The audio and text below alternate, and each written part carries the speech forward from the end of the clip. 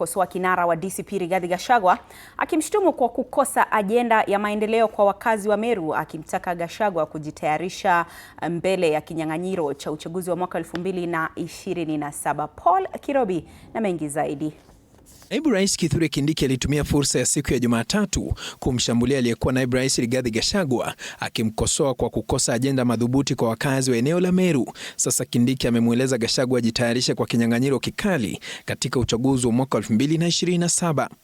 Na kimbele na madharau pale mbele North, ukaanza kuingia hapo mahali ambao hujakanyanga siku ile ulikuwa naibu wa rais.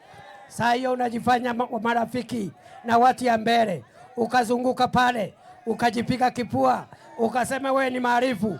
Sisi tukakuja pale, tukakwambia tutakuangusha.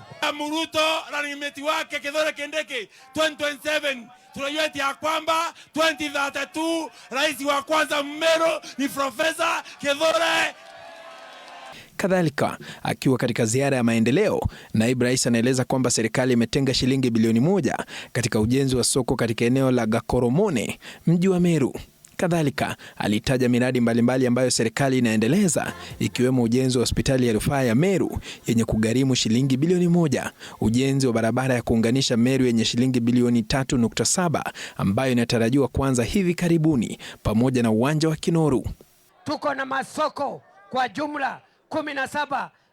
Ukitoa Gakoromone, we have another 17 market in Meru County. Tubadilishe mambo ya kufanya biashara, akina mama mboga, wachuuzi, watu wa chini wafanye biashara.